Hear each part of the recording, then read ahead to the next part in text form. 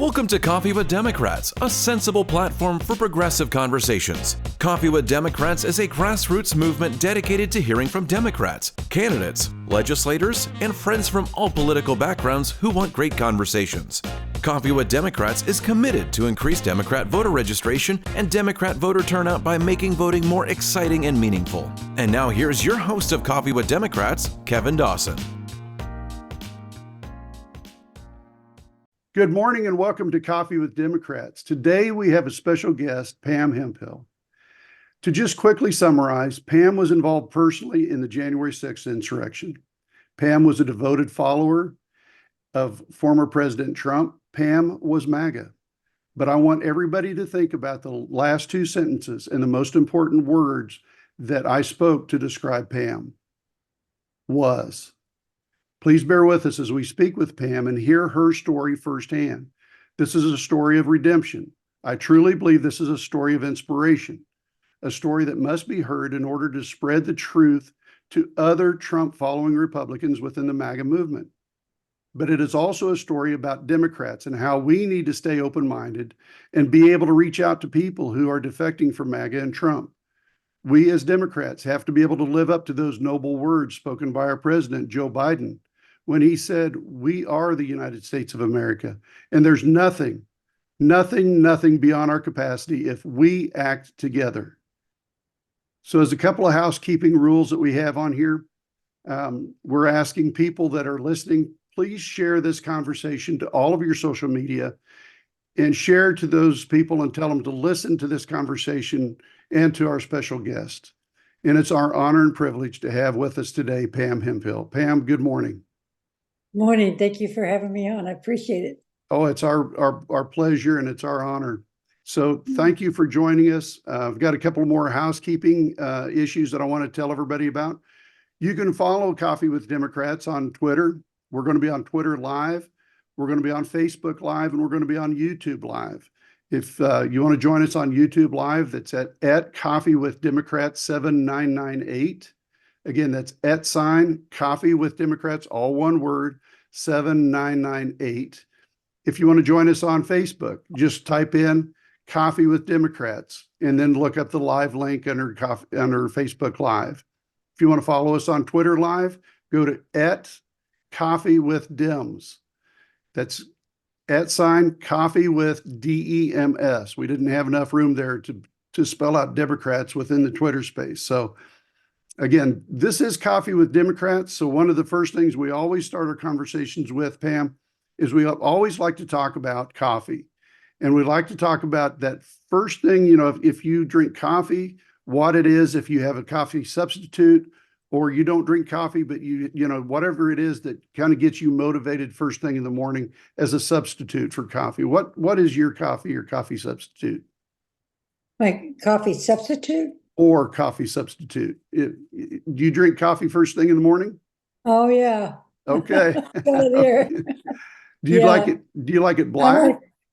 No, I like actually vanilla lattes. Okay. Those are my favorite. But no, coffee with cream and sweet and low, and yeah, a lot of cream. Well, that you kind of follow into the way that we like it too. I'm with you. I love the taste of coffee, or I love the smell of coffee when it's brewing. I don't particularly like the taste of it unless it has a lot of sweetener and creamer added to it. So I butcher my coffee up pretty good. But so that kind of gives us a background. We do Coffee with Democrats because this is kind of similar to those conversations when you and I grew up. We're not that far apart in age. When we grew up, we'd go into the coffee shop or to the donut shop. We'd see that table over in the corner, the people that are having coffee and they're solving the world's problems.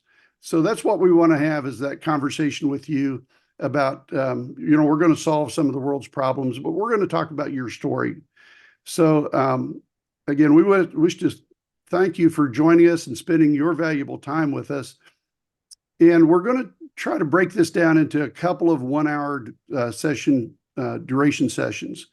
So today, the first thing we're going to talk about is kind of talk about your background and your history and your motivation for joining with the Republican Party and becoming a follower of Donald Trump. And then, what really got you involved with, Make America Great Again. the MAGA movement. So I went to your website, and you've got a great letter on your Twitter space. It's pinned at the very top, and it talks about who you are. But I'm going to let you talk yourself. Tell us about Pam and how, what your story is. And as a cancer survivor, I really want to emphasize to people that this is that inspirational story that we need to find out, first of all, about the person. So tell us about you. Well, okay. Well, I've been in recovery myself as an alcoholic for 44 years. Right. And that is what got me involved in going back to school to become an alcohol and drug counselor. Right. So I had been doing that up until 2016, and then I retired. And that's when I got this call to go and do some community shows to help the heroin addicts. And because of that, the MAGA girls had heard about me and said, "Could you come out and interview people for us?" And I thought, well, I'm retired. I was volunteering doing those community TV shows, and that was over. I said, yeah, I'd like to do that. So I went out there and started helping them. Excuse me.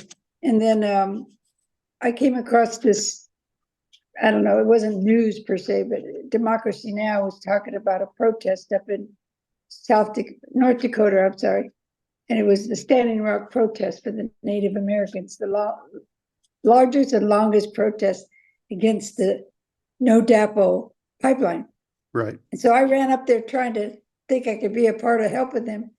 But when I came back, I found out that a lot of the stuff that was going on up there was not good. It was a lot of drifting and there was a lot of problems. So I wrote a book about it. And then, just from there, going out to all these events, I met everybody, from the governors and the governor's wife and senators, and talking to them. And then they had the, let's see, I think it was the Black Lives Matter came, and there was, everything just seemed to happen so fast those 4 years I was out there. But that's how I kind of got involved, mainly. I was bored, Right. At the time, you were living in Idaho, in Boise, is that correct? Yeah, Boise, Idaho. So were you born and raised in Boise? No, I was born and raised in California. What part of California? The South Bay area, Torrance, Manhattan Beach. Okay. All right. I lived in San Luis, huh? The beautiful part of California. Yeah. You talk about the Bay Area. Yeah, and raised in San Diego. Okay. As an adult in the LA area. Okay. Yeah. And then, and what was it that took you to Boise? A job, actually. Okay. As an alcohol and drug treatment centers, a lot of them were losing their funding. So, right. Yeah. So let's kind of get into, your story about what got you involved in becoming a follower of Donald Trump. Have you always been a Republican for as long as you've been an adult, or? Yes, I did, but I did vote for Obama. But see, I really wasn't into politics. I'm guilty of that. I didn't study nothing. I didn't pay attention. My family they were avid readers. They would give me the books all the time, and I just relied on them. I'm guilty. If it had an R, I just voted for him. Okay. I didn't even know anything about him. Not at all. But you said you did vote for Obama, though. Yeah, I know. I got some heat for that one from my family. Well, what are you doing? You lost your mind. So it sounds like the family dynamic was the whole family was Republican, not just So okay, so in 2015, Donald Trump made the announcement that he was going to run for president. Did you jump on board with that from the very beginning, or was it something that was over time that you joined in and became very involved with the Republican Party and following Donald Trump? The way that unfolded was, again, listening to my family. But there were questions I had. I didn't like him from way back, the way he talked, before. But when you're talking to Republicans, as you see, they overlook these things. When you're questioning them, they go, oh, don't pay attention to that. That's no big deal. They minimize things about him. Right. So I'm going to try to, I don't want to pin you into a corner. So don't think that I'm, trying to manipulate you in any way, but I do want to find out a little bit more about at what point did you find yourself saying, all right, I really want to get involved with this movement, because at some point you made the decision, I'm going to Washington, D.C. And there had to be some really motivating factors there that, for somebody to really be motivated to get a plane ticket, fly out to Washington, D.C., to be involved in something as big as, the Stop the Steal rally. There's got to be some real passion. Would you agree with that statement, or is that wrong of me to say that? Well, my circumstances a little bit different, but let me back up. See, when I was out there doing the videos for the Republican Party, like the Second Amendment protests and different things, I came across Ammon Bundy. Are you familiar with Ammon Bundy? I'm not. He's the rancher that held up the FBI. Okay. Yes. Okay. Far right. Well, when I went there to videotape, because he invited the community to one of his talks, and what he was doing was setting up people's rights. And it's kind of like it was an organization, and they're huge now. They're all over the United States. If I'm in trouble and I believe that law enforcement is treating me unfairly, I can call you and you'll come out with like 100 people or more, right, and stop them from arresting me. But I didn't know all those details that day. But I turned to Bundy and I said, look, I don't break the law. And he says, neither do I. And he's Mormon, extremely religious. And then he was explaining how the government's trying to take over and make this a communist nation. And that scared me. And I don't know anything about politics. I don't know about the far right. I didn't even learn that till later. What's the far right? Yeah. But there's a big difference. And that's how I kind of got into it. But with January the 6th, what had happened, I had been diagnosed with breast cancer, had to go have surgery. And in about 2 weeks, I think it was going to be January 12th or something, to start my chemotherapy. Okay. So my brother called and said, how would you like a Christmas gift? And we'll send you there to Washington, D.C., because that's all you're doing is out there videotaping it. This may be the last time you'll have a chance to videotape Trump. And I said, oh, I'd love to do that. That would be fun. Like a little vacation. And I was going to spend time there, seeing the Lincoln Memorial and just enjoy myself, and then come back and start my chemotherapy. And so you became involved at that point. You flew to Washington, D.C. You were living in Boise at the time, right? Yeah. So you went from Idaho clear across country, which I don't begrudge anybody for going to Washington, D.C. Washington, D.C. is a beautiful place. Each time I visited, I always walk away thinking I need to spend more time in Washington, D.C., because the institutions of our government and the institutions of our history, the Smithsonian, all that stuff, the monuments there, Jefferson Monument, the Lincoln Monument, Washington Monument, all of those iconic places that you and I grew up with, and even the Capitol and the White House, those are important places that we hold dear and near and dear to our heart. And I'm guessing you're the same way. So I don't begrudge anybody for going to Washington, D.C. at any time, because we should go out there and enjoy what our government has provided for us. And as a citizen of the nation, that's the Capitol. We need to be proud of our Capitol. And so the idea was you were going to go and listen to Donald Trump speak. So that you arrived on January 5th? Yeah, but let me back up I don't want people to get the wrong impression. My mindset by this time was deep MAGA. Okay. I mean, now back then there was no like MAGA. Yeah, I'm just using that now because everybody understands what MAGA is. Right. But I was convinced totally 100%, 120,000% Okay. that the Democrats wanted to turn this into a communist nation. So I made this post on Facebook. It's a war. Right. Now, right. what had happened is I met a congressman that told me if 300 people come out on a, in a protest, oh, I don't really pay much attention. But if 3,000 come out, I'll actually come out and start talking to you guys. So I put a post up. We need 1 million people. It sounds horrible. Oh my. And then there's a picture of me holding this plastic toy gun. Right. It was a joke. It was a joke. It was a New Year's party. Right. And that's been used against me. But they did that picture because I had a reputation of yelling at you. I don't believe that you should carry an AR to a Capitol protest. You know what I mean? Okay. And so that they did that as a joke. And that's embarrassing, that picture, but it is a toy gun. And that Nobody could hold a gun. That was posted on your Facebook account, is that right? Yeah, oh, it's been everywhere, all Everywhere. the news. Yeah. But it wasn't about going there to be violent in my mind. Right. That's just the words they were using at the time. War, Sure. fight. And now I'm very careful about using any of those words anymore.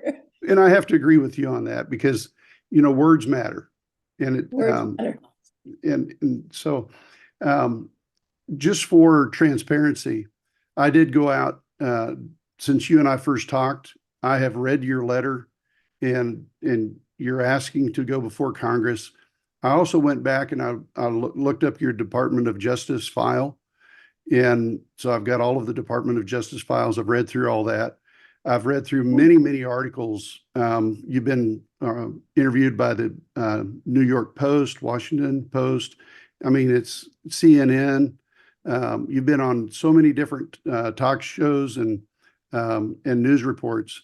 So your story is kind of familiar to me, but it may not be familiar to a lot of other people that are here.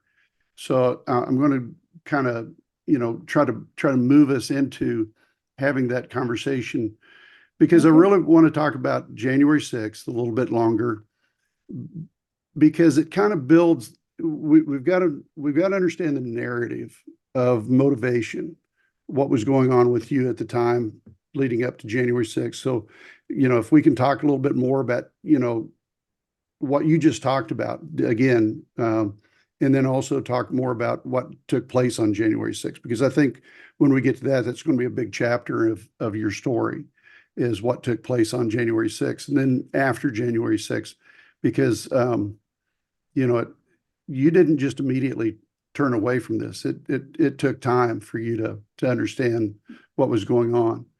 So continue to talk a little bit more about, you were building up, you've got to fight for the nation. Did you have one of those red hats that has, Make America Great Again or MAGA or anything like that? You're always wearing a cap. I do notice that every time I see a picture of you, you do have a cap on. So, what was, did you hang around with a lot of people and, when you were doing your films and your videos, were you hanging around with a lot of people that were really adamant followers of Donald Trump and thinking that the nation had already been stolen, the election was stolen away from him? Oh yeah. And in fact, see what happens with your critical thinking that tends to get, you get gaslighted so much, you tend to lose that. But sure. I noticed the t-shirts and the flags of Trump. That was like kind of weird. I started noticing, even though I wore a t-shirt, Trump 2020. Right. But no, once in a while a Trump hat, but mine had on that day, we the people have had enough or something like that. Right. I was just so convinced, you got to just keep this in mind, that the Democrats were going to take away our freedoms. They wanted to turn it into, they were going to take our right to believe in God. It's the opposite of everything that we know today. But I see. And I was wanted to be a part of promoting to stop this. Now, of course, with the system, not with pushing gates and pushing officers. But I wanted to be a part of that. I didn't want Democrats taking over our country. I mean, like right now, we don't want the Republicans, but because you know, when I went into a space, Democrats and Republicans sound the same. Sure. Okay, now we argue about issues, but the fear that Democrats are taking over and that Republicans are, but we got receipts and proof, or should I say evidence, that the Republicans really do want to turn this into a communist country, and that's Project 2025. Yeah, and I was getting ready to mention that too, that we need to spend some time talking about that later on. Okay. But as we kind of build the timeline going into in chronological order of what was taking place, January 5th, you flew into Washington, D.C. Yeah. And did you arrive early enough in the day to be able to go out and sightsee and spend some time with the crowds that were starting to gather on January 5th? Yeah, I got there probably 5 and then got changed in some clothes and started walking down the street. They said they were going to have speakers that night, on the 5th. So I found that, and that was difficult because it was kind of too crowded.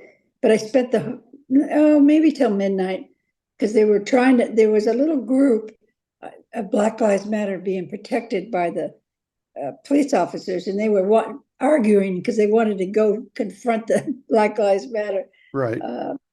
But it was kind of chaotic, but nothing that stood out for me. Just everybody walking down the street screaming and yelling and saying, about Antifa, how they talk. Right. And then the next morning, because, plane fights, they tire me. I got up too late and I didn't get down to where Trump was speaking till like 10 o'clock, and it was kind of too late. It was packed. Right. And I knew with having stitches, I couldn't get through a crowd like that. I could get injured by accident. Right. So I started walking around videotaping and asked people, is there any other speakers today? And they said, well, I heard that Trump's going to go down to the Capitol. And I thought, why would he be going? He's having a talk right now. It's kind of like, okay, well, maybe I thought, now remember, this sounds, because see, I wasn't into politics. I didn't even know the transfer of power was happening that day. Oh, okay. And why would Trump have us there that day anyway? That would be, I may not have gone. Right. But because there's that little piece of you that, well, it's a big protest. What if there's some kind of craziness that goes on? But I thought, well, the Proud Boys will be there, though. They won't allow anybody to do anything. Right? Kind of my thinking at the time. But then what happened? I started walking down towards the Capitol, and I saw the fences are all there with signs. So I thought, excuse me, on my video, you could hear me saying, oh, no, we're not going to be able to get up there and hear Trump. And then I said, well, I'm glad that there's fences because we got crazy people. Right. No clue, at the time. So I see the Proud Boys coming. I don't know they're Proud Boys, but I figured it out. A huge group of these men. So I walked up to them and I said, are you the Proud Boys? And they said, yeah. I said, are we going inside the Capitol? Because my thinking was that Trump's going to be there inside the Capitol, and that they're going to probably be there with him, because he said, stand back, stand by, Right. And he says, no, ma'am, we're not going inside the Capitol. I thought, well, where's Trump going to be then, So I just started videoing them, walked with them for about 40 minutes. We ended up on the east side. I see. And they're just standing around. And I thought, well, I don't know what they're doing, but I better get up front because Trump's going to be probably up front. And I want to be up front so I can video. See, in my mind that day, it was all about capturing what was going on because I had, 38,000 Facebook followers. Everybody was watching. Right. And I get up there, and William Dunphy, I found out his name. He's been arrested. He was talking to an officer, and I said, what are you guys talking about? And he says, well, they're negotiating.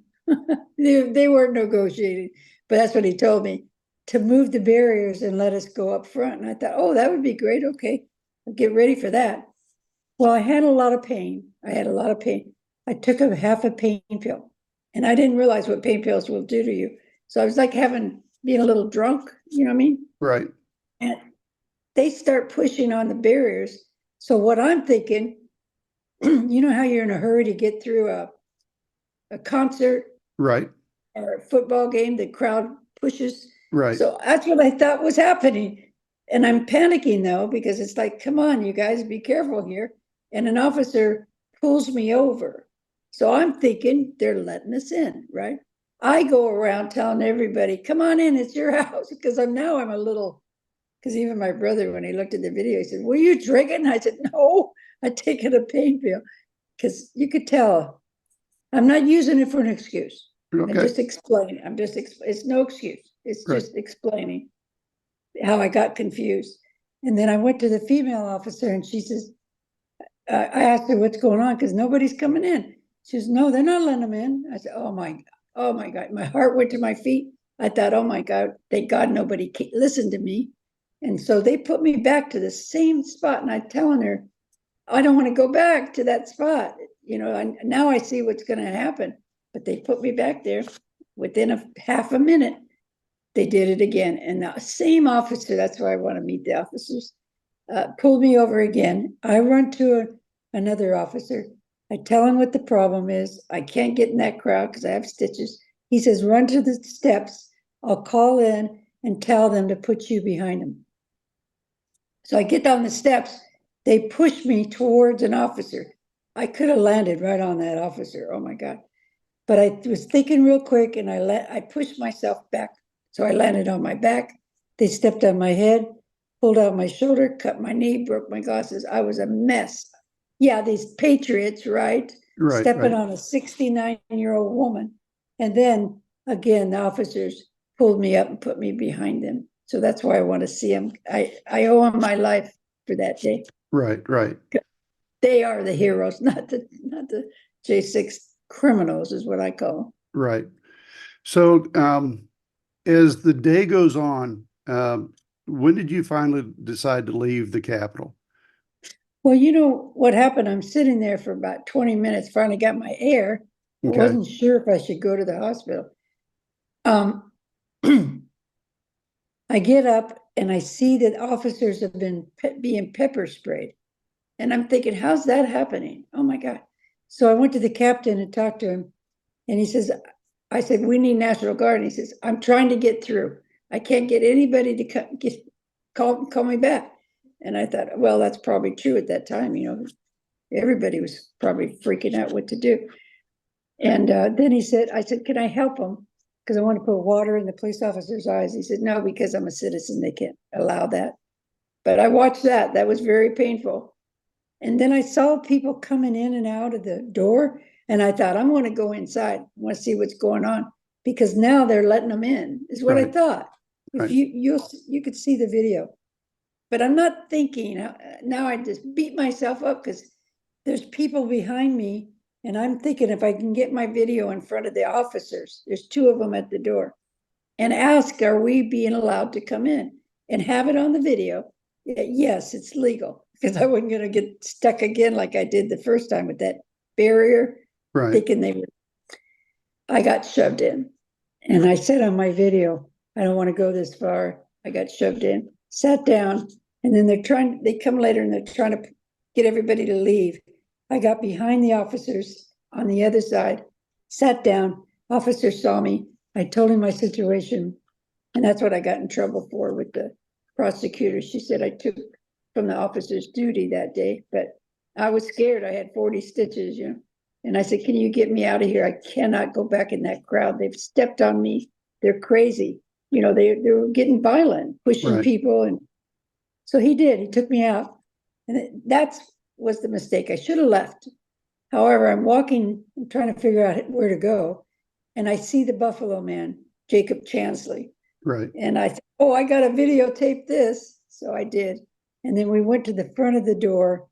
He had a speaker on his phone with that message from Trump to tell everybody to leave. So I videotaped him doing that. And then he leaves. I stay. You think I'm a Marine with an AR. I'm standing there with my arms. I said, I was cussing at him. Get out of here. You're not going to do this anymore. And then I left. Okay. It was 3 hours trying to find my room. I forgot where my motel room is. I remember reading, you said that you were lost at that point. You I needed was some help to lost. get back to the hotel. Oh, everybody was giving me, I saw 30 FBI agents, talked to one of them. They said, you go this way, that way. Everybody was giving me the wrong directions. It was horrible. Then I called my friend. She tried to help me on the phone. Yeah, 3 hours of trying to get back to my room. It was horrible. And my legs, I've been already injured. My knee, it was awful. But,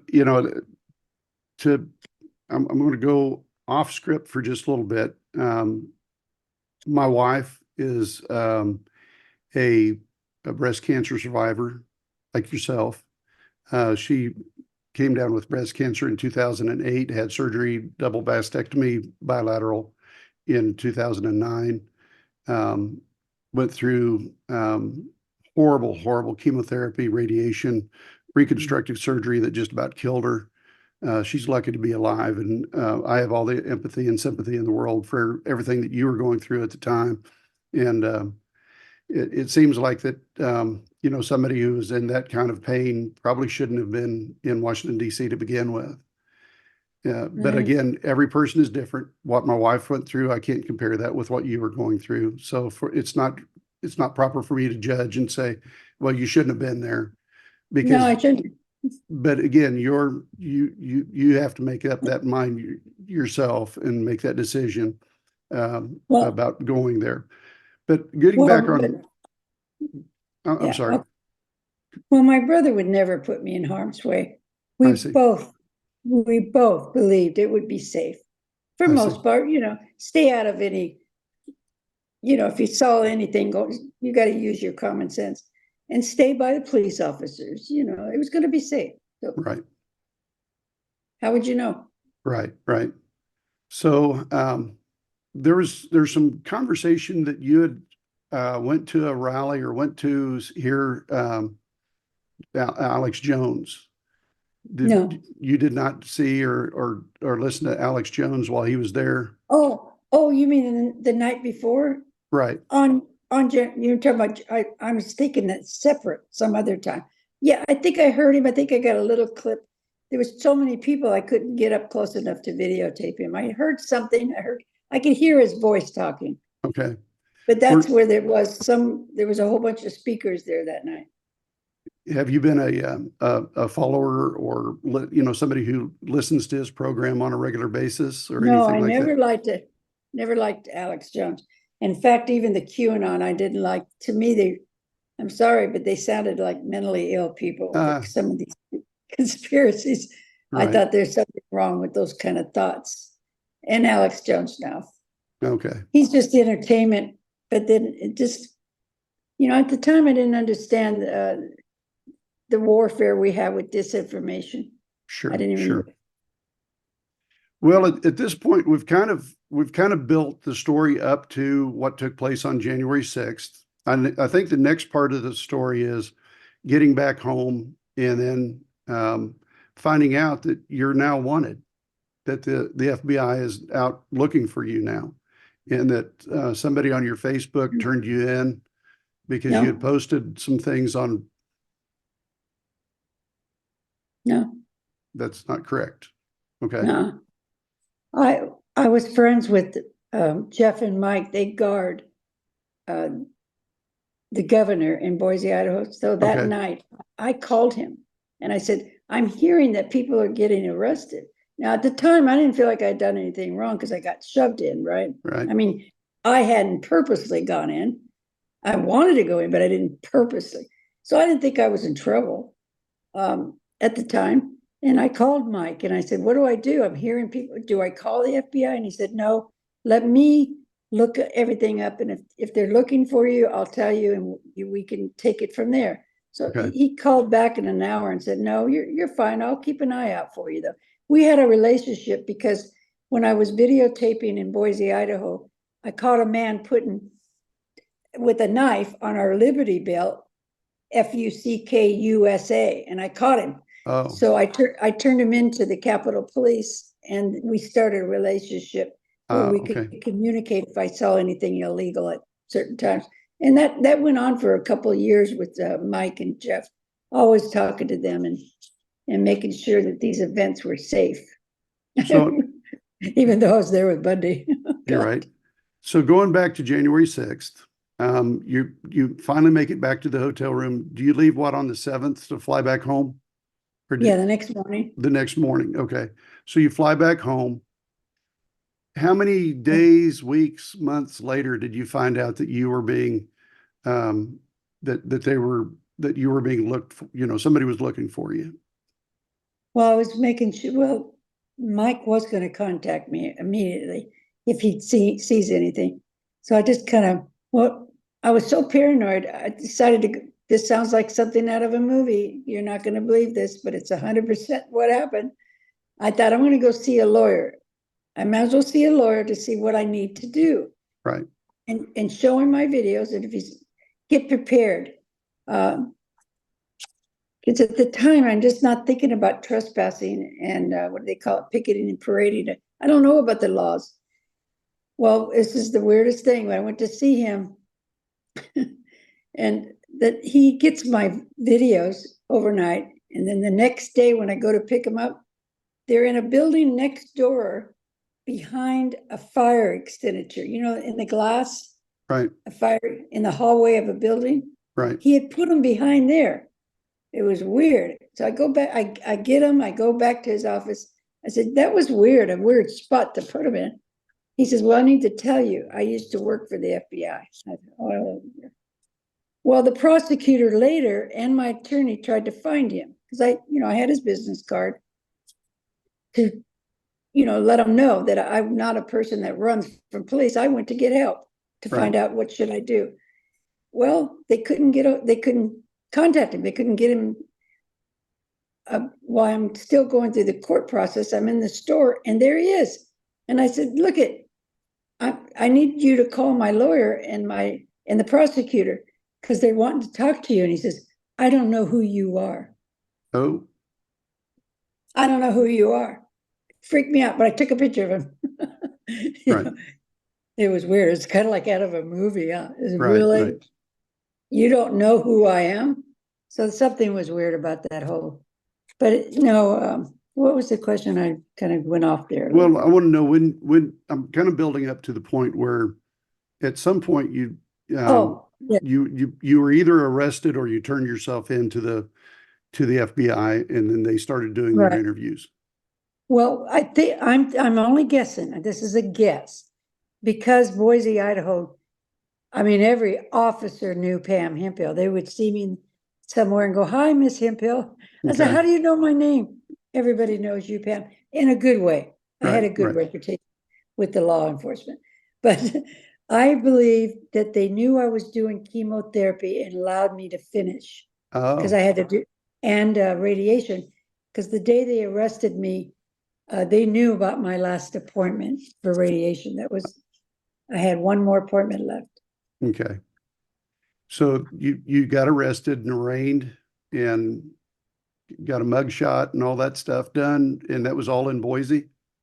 Yeah, but let me share a little bit about that because they tried to put out a story that the 69-year-old grandma, they didn't use my name, had been dragged down the stairs by the FBI. And oh, what a lie. Right. What a lie. They came there was about 7, I'm guessing right now. In my little Chihuahua, we opened the door and they were nice. And I said, well, I'm glad you're here. Get this over with because you're living and not knowing if you're going to be arrested or not. And that's you can't sleep. How long after January 6th was that? We're talking about maybe 2 months, 3 months? No, this is approximately 8 months. 8 months. Okay. Somewhere around there. Okay. No, it was a while because I had to do the chemotherapy. So your chemotherapy lasted a lot longer than my wife's. My wife's was like 3 months for chemotherapy. Well, I had 4 of them, and you wait every 3 weeks. Okay. And then radiation. I see. I don't know how long. That was like 3 months or something every day. Right. Yeah, Joanne, my wife, she had chemotherapy every Thursday, every week. Oh, And really? No, for- mine was every three weeks. Yeah, hers was pretty aggressive, so that's the reason why they had to treat her the way that they did. That's why I'm kind of getting in. I didn't get in my head why it was taking so long 8 months later, because your Yeah. chemo was extended for a lot longer than what I've been what I have Well, experienced. So radiation too. right, Yeah. yeah, Including yeah, radiation. That was after chemo radiations last. right. So Yeah, they that's the come way to it my was. door. That's the way it was with my wife as well. She had to do the radiation afterwards too, and it just the just for transparency and just for anybody who's listening, the breast cancer is one of the most devastating cancers for anybody, but particularly for women. It has got to be the most god awful thing anybody has got to experience. It's degrading. And it takes your identity away, and it's something that it not only impacts you physically, but it impacts a lot of women mentally, and you just have a lot of issues that you have to take care of. And radiation and chemotherapy that we were talking about, those things are very invasive, and they have very negative effects, not only on your mental capacity, but as well as your physical well-being. I mean, because they're really trying to kill you. The chemotherapy is trying to kill you, at the same time trying to stay alive. And then the radiation is to come in there and finally get into the molecular structure and change that so that it'll never come back. But so that's just my understanding of it. I'm not a doctor. I'm not a clinician, but as somebody who's been exposed to it, I can have complete empathy with what you've gone through and what you had to go through. So you did get arrested. Again, changing stories, changing back to what we were originally talking about. You did get arrested, and again, that was. Did they say, all right, at this point, you need to go down to the FBI office or to the county courthouse, or? No, they came to my door. Okay. There was probably 7. And I said, I'm glad you're here. We'll get this over with. And I was so scared. Oh, I was so scared. And they treated me really good. They were very professional. I had to go in the bathroom because I had pajamas on with a female officer, and I'm in there and I'm crying. And I'm saying, I've never been arrested. I'm scared. Right. And she said, don't worry, you'll be out by 1 o'clock. And she treated me like a sister or like a girlfriend. Really nice. Professional though. Right. She didn't break any boundaries, professional boundaries. But her whole attitude was filled with compassion. She Good. understood. And then the whoever it was that was in charge, that I said, look, I vape. You know what vaping is? Right. It's not smoking. I said, I got a vape. He says, go ahead, Miss Hemphill. Yeah. I said, can I use my phone? Tell my brother what's happening. He says, no, you can't do that. But everything I asked them, they said, okay, too, except for the phone. But I can't thank them enough for how they treated me. Okay. It really made it so much easier. And they didn't handcuff me, and they didn't drag me down those stairs. That's all lies. Okay. So you got arraigned at that point, and that again, you can fill in the gaps. Was that at the county courthouse or Down at the FBI. at FBI office? Okay. Did they detain you at that point in their detainment center that they've got? Yeah, first they questioned me a little bit, and then I went to their jail because it was the FBI building. Right. And it's downstairs in a basement. Okay. And booked me, and I stayed in there. Oh, that was so frightening. I've never been locked up. Oh, nobody wants to go through that. And then I saw a judge. How long were you locked up? I'm guessing 3 hours, maybe. Oh, okay. So you were there for 3 hours, and then you went to the judge the same day. Yeah. Okay. Then they took me to see the judge. A lawyer came in, talked to her first, and then the judge, and then I was released. I got out on time to do my radiation appointment. Okay. So did you have to post bail? No. Okay. No bail. You were let out on your own recognizance then? Yeah. Okay. I don't have any criminal record. Sure, sure. So a trial date was set. How long out was the trial date set for? Well, it's still kind of my memory about all the timelines on that, but it was really pretty quick. And then they assigned me a lawyer. I got a great attorney. And I think it took a while, I don't know, 8 months later or so to Right, have it all done. But you do get due process because the J6 defendants lie about that, right. saying they're not getting due process. That's not true. So you did go to you did go to court. How long did the actual trial itself last? Well, I didn't go to trial. Okay, Yeah, and it was always on Zoom. okay. So that was good. I think that had to do with still covert issues, COVID, yeah. covert. I always say it wrong. But yeah, that was at home. Okay, It's still foggy on the timeline for me, but it took a little while. It's just a process. There's one hearing then another hearing. But I pleaded, they offered the one charge, picketing and parading. My right. attorney says, that's the lowest you can get. And I said, yeah, let's do it. I'm guilty anyway. What am And I going to do? Go to trial and try to say I'm innocent? Give me a Right. break. So you had, at that point, you had to turn yourself in and you went to prison. And I think this would be a good time for us to take a break and we can come back tomorrow, because Okay. we've been on here going for quite a long time. I mean, it's Okay. going on Yeah. about an hour. So we need to take a break and we'll join up tomorrow about 11 o'clock my time, noon your time. And then we can talk about going to jail. And then let's talk about after you got out of jail and things like that. So until tomorrow, Okay. I'll send you another link for tomorrow. And thank you so much for being on with us on Coffee with And thank you. Democrats. I And greatly thank you. appreciate you, Pam. Oh, Thank I appreciate you. Thank you. All right, Bye-bye. take care. See you tomorrow. Okay.